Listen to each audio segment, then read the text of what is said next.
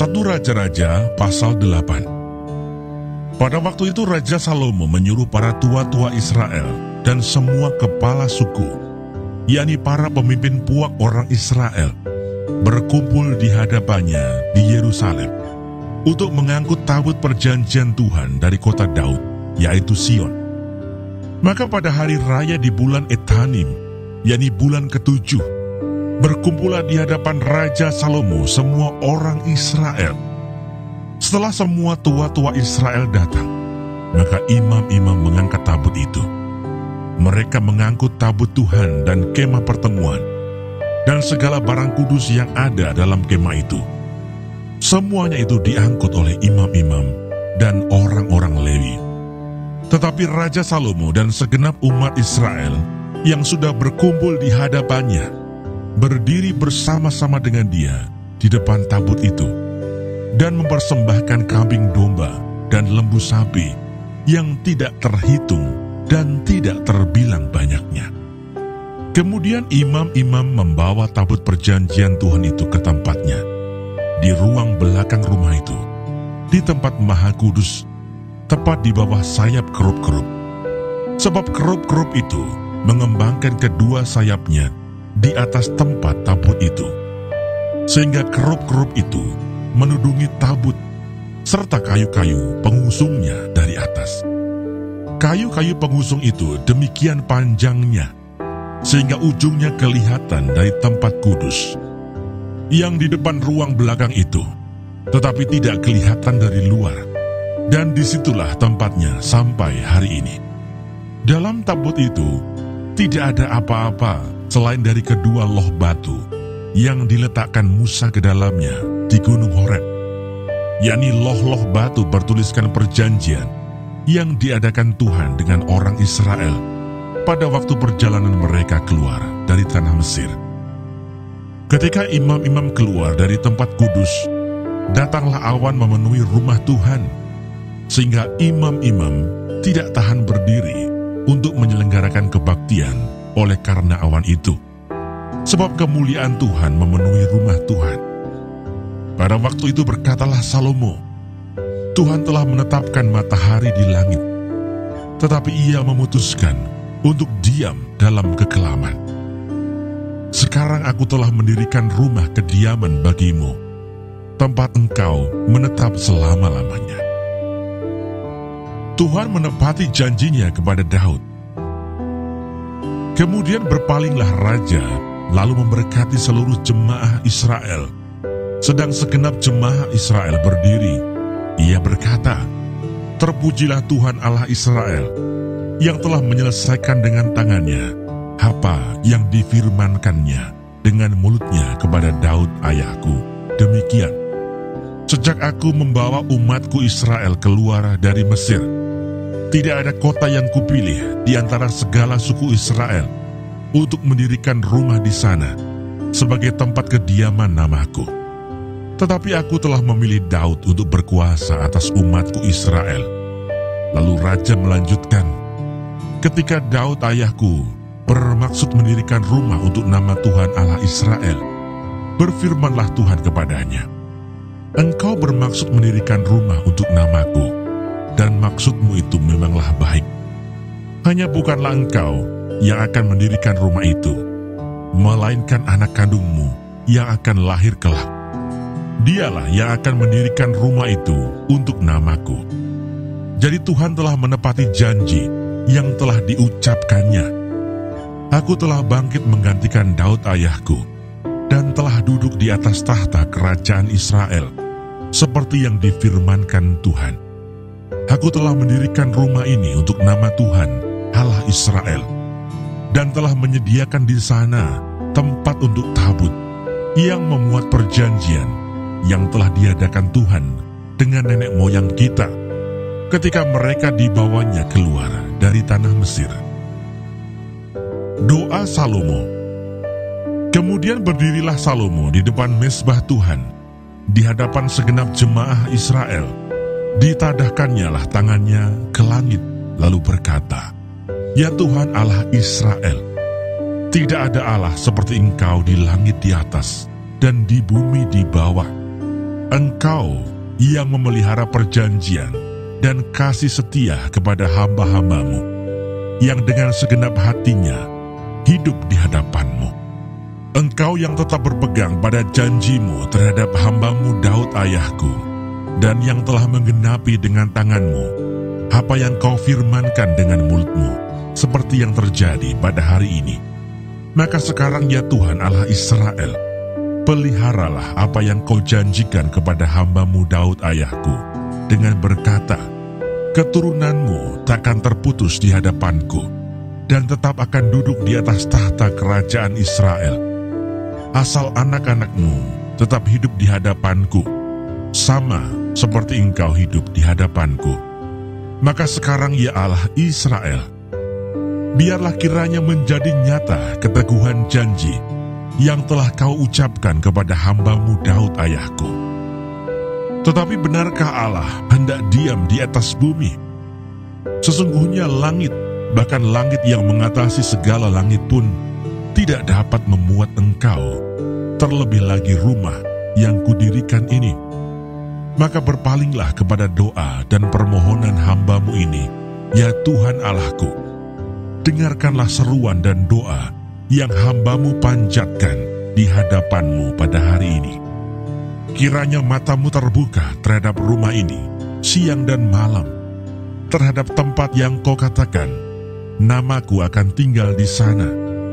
Dengarkanlah doa yang hamba-Mu panjatkan di tempat ini, dan dengarkanlah permohonan hamba-Mu dan umat-Mu Israel yang mereka panjatkan di tempat ini, bahwa Engkau juga yang mendengarnya di tempat kediaman-Mu di sorga. Dan apabila Engkau mendengarnya, maka Engkau akan mengampuni. Jika seseorang telah berdosa kepada temannya, lalu diwajibkan mengangkat sumpah dengan mengutuk dirinya, dan dia datang bersumpah ke depan mezbah-Mu di dalam rumah ini, maka Engkau pun kiranya mendengarkannya di sorga, dan bertindak serta mengadili hamba-hamba-Mu, yakni menyatakan bersalah orang yang bersalah, dengan menanggungkan perbuatannya kepada orang itu sendiri, tetapi menyatakan benar orang yang benar, dengan memberi pembalasan kepadanya yang sesuai dengan kebenarannya. Apabila umat-Mu Israel terpukul kalah oleh musuhnya, karena mereka berdosa kepada-Mu, kemudian mereka berbalik kepada-Mu dan mengakui nama-Mu, dan mereka berdoa dan memohon kepada-Mu di rumah ini, maka Engkau pun kiranya mendengarkannya di sorga, dan mengampuni dosa umat-Mu Israel, dan mengembalikan mereka ke tanah yang telah Kau berikan kepada nenek moyang mereka. Apabila langit tertutup, sehingga tidak ada hujan, sebab mereka berdosa kepada-Mu, lalu mereka berdoa di tempat ini, dan mengakui nama-Mu, dan mereka berbalik dari dosanya, sebab Engkau telah menindas mereka, maka Engkau pun kiranya mendengarkannya di sorga, dan mengampuni dosa hamba-hamba-Mu, umat-Mu Israel. Karena Engkaulah yang menunjukkan kepada mereka jalan yang baik yang harus mereka ikuti, dan Engkau kiranya memberikan hujan kepada tanah-Mu yang telah Kau berikan kepada umat-Mu menjadi milik pusaka. Apabila di negeri ini ada kelaparan, apabila ada penyakit sampar, hama dan penyakit gandum, belalang atau belalang pelahap, apabila musuh menyesakkan mereka di salah satu kota mereka, apabila ada tulah atau penyakit apapun, lalu seseorang atau segenap umat-Mu Israel ini memanjatkan doa dan permohonan di rumah ini dengan menadahkan tangannya, karena mereka masing-masing mengenal apa yang merisaukan hatinya sendiri, maka Engkau pun kiranya mendengarkannya di surga, tempat kediaman-Mu yang tetap, dan Engkau kiranya mengampuni, bertindak, dan membalaskan kepada setiap orang sesuai dengan segala kelakuannya. Karena Engkau mengenal hatinya, sebab Engkau sajalah yang mengenal hati semua anak manusia, supaya mereka takut akan Engkau selama mereka hidup di atas tanah yang telah Kau berikan kepada nenek moyang kami. Juga Juga apabila seorang asing yang tidak termasuk umatmu Israel datang dari negeri jauh oleh karena namamu, sebab orang akan mendengar tentang namamu yang besar, dan tentang tanganmu yang kuat, dan lenganmu yang teracung, dan ia datang berdoa di rumah ini, maka engkau pun kiranya mendengarkannya di sorga, tempat kediamanmu yang tetap. Dan engkau kiranya bertindak sesuai dengan segala yang diserukan kepadamu oleh orang asing itu, supaya segala bangsa di bumi mengenal namamu, sehingga mereka takut akan engkau, sama seperti umatmu Israel, dan sehingga mereka tahu bahwa namamu telah diserukan atas rumah yang telah kudirikan ini. Apabila umatmu keluar untuk berperang melawan musuhnya, ke arah manapun engkau menyuruh mereka, dan apabila mereka berdoa kepada Tuhan dengan berkiblat ke kota yang telah kau pilih, dan ke rumah yang telah kudirikan bagi namamu, maka engkau kiranya mendengarkan di sorga doa dan permohonan mereka, dan engkau kiranya memberikan keadilan kepada mereka. Apabila mereka berdosa kepadamu, karena tidak ada manusia yang tidak berdosa, dan engkau murka kepada mereka dan menyerahkan mereka kepada musuh, sehingga mereka diangkut tertawan ke negeri musuh yang jauh atau yang dekat. Dan apabila mereka sadar kembali dalam hatinya di negeri tempat mereka tertawan, dan mereka berbalik dan memohon kepadamu di negeri orang-orang yang mengangkut mereka tertawan dengan berkata, kami telah berdosa, bersalah, dan berbuat fasik.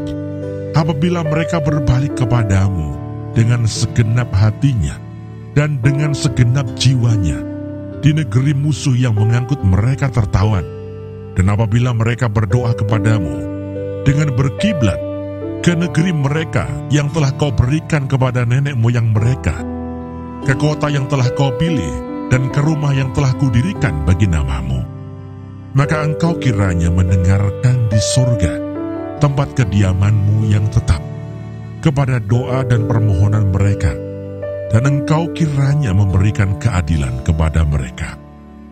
Engkau kiranya mengampuni umatmu yang telah berdosa kepadamu, mengampuni segala pelanggaran yang dilakukan mereka kepadamu, dan kiranya engkau membuat mereka menjadi kesayangan orang-orang yang mengangkut mereka tertawan, sehingga orang-orang itu menyayangi mereka. Sebab mereka itu umatmu dan milik kepunyaanmu, yang telah kau bawa keluar dari Mesir, dari tengah-tengah dapur peleburan besi. Hendaklah matamu terbuka terhadap permohonan hambamu, dan terhadap permohonan umatmu Israel. Dan hendaklah engkau mendengarkan mereka seberapa kali mereka berseru kepadamu. Sebab engkaulah yang memisahkan mereka bagimu, menjadi milik kepunyaanmu dari antara segala bangsa di bumi, seperti yang telah kau firmankan dengan perantaraan Musa hambamu, pada waktu engkau membawa nenek moyang kami keluar dari Mesir, ya Tuhan Allah. Berkat dan pujian. Ketika Salomo selesai memanjatkan segala doa dan permohonan itu kepada Tuhan, bangkitlah ia dari depan mezbah Tuhan, setelah berlutut dengan menadahkan tangannya ke langit. Maka berdirilah ia dan memberkati segenap jemaah Israel dengan suara nyaring, katanya, terpujilah Tuhan yang memberikan tempat perhentian kepada umatnya Israel, tepat seperti yang difirmankannya, dari segala yang baik yang telah dijanjikannya dengan perantaraan Musa hambanya. Tidak ada satupun yang tidak dipenuhi. Kiranya Tuhan Allah kita menyertai kita sebagaimana Ia telah menyertai nenek moyang kita.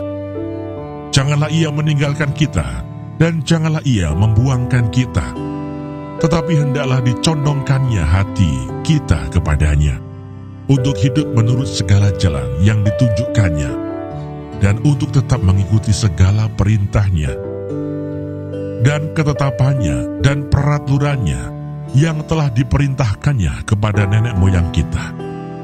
Hendaklah perkataan yang telah kumohonkan tadi di hadapan Tuhan dekat pada Tuhan Allah kita siang dan malam, supaya ia memberikan keadilan kepada hambanya dan kepada umatnya Israel menurut yang perlu pada setiap hari, supaya segala bangsa di bumi tahu bahwa Tuhanlah Allah dan tidak ada yang lain, dan hendaklah kamu berpaut kepada Tuhan Allah kita dengan sepenuh hatimu dan dengan hidup menurut segala ketetapannya dan dengan tetap mengikuti segala perintahnya seperti pada hari ini.